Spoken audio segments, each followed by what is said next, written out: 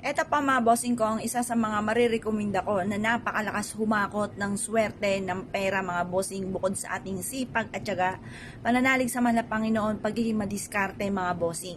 Kasi kahit tayo po ay madiskarte, masipag, matyaga, hindi nakakalimot magdasal, nadadali pa rin tayo ng mga kamalasan. Para tayo po mga bossing ko yung magtuloy-tuloy ang mga pangarap natin sa ating pong buhay, mainam na meron tayong mga pangontra kagaya po nito mga bossing. Pangontra sa kamalasan. Ang bawang mga bossing ko, isa sa mga subok na nagtataboy ng mga negatibong espiritu mga bossing. At ito pa mga bossing ko, ultimo sa mga napapanood natin, nagdidikdik ng bawang at katambal po nito mga bossing ko ay asin. At ito po'y ginagawang proteksyon para layuan ang mga masamang espiritu. Bukod po dyan mga bossing ko, mabisa rin po itong pantaboy ng mga kamalasan. Kung ikaw po'y minamalas mga bossing ko, ay mainam na gamitan nyo po nito. Lalo-lalo na mga bossing ko sa panahon ngayon. Dahil minsan mapapaisip ka, mapapagod ka. Bakit ganon masipag naman po kayo pero lagi pa rin minamalas at hindi natutupad ang mga pangarap. Ito pa mga bossing ko, gawin nyo lamang kahit isang beses lamang mga bossing at kayo mismo'y maa-amaze sa mga swerteng darating na mga tipong hindi nyo inaasahan dahil simple lang inyong mga ninanais. Pero ang mga darating sa inyong blessing ay terrific mga bossing. Malakas itong humakot ng swerte, lalo-lalo na tungkol sa usapin ng pera at pantaboy ng kamalasan. Mainam na meron tayong ganito mga bossing dahil ang taong mahilig sa mga ganito, naniniwala sa ganito ay mas lumalakas ang kanyang kumpiyansa sa kanyang sarili na makakamit niya ang kanyang mga pinapangarap at siya ay suswertihin.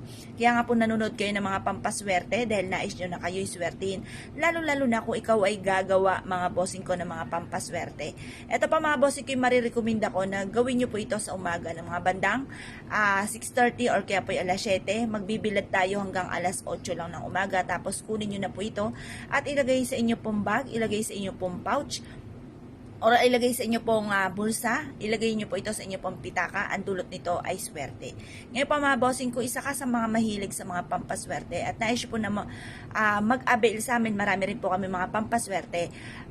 Meron din ako mga tinuturo mga bossing ko na mga pampaswerteng ritual, subukan nyo po ito. Ganito lang po inyo pong gagawin, harap ng mga bandang 6:30 or alas 7, tapos mag-wish po kayo. Sa pamamagitan ng aking sipag at tiyaga, pagiging madiskarte at hindi nakakalimot magdasal, ay makakamit ko lahat ng aking mga pinapangarap. Maraming pera ang darating sa akin. Siksikliglig at aapot, maraming blessing ang darating. Ganun po ang pag-wish na walang gamit na sana, direct to the point mga bossing. Kung isa ka sa mga mahilig sa mga pampaswerte, mag-wish ka na ng todo-todo. Pero lagi yung tatandaan, kung todo-todo ang mga wishes, todo-todo din ang pagkayod mga bossing. Baka naman po mga bossing ko, mansyon ang pangarap pero ang kayod ay hindi po mansyon. Nako mga bossing, huwag ka nang umasa na magiging mansyon pa. Kailangan talaga sipag at tiyaga, lalo na sa panahon ngayon. Kailangan mo rin maging madiskarte para makamit ka agad ang mga pinapangarap at huwag kang makakalimot. Siyempre magdasal na numero 1 mga bossing ko na ating sandata, pantaboy sa mga kamalasan at pantawag ng swerte. Kaya kung kayo pinaniwala at nais po itong gawin, basta ang inyo pong bawang ay manatiling fresh. Pag po ito'y natuyo na mga bossing ko, itapon nyo lamang po ito sa basurahan.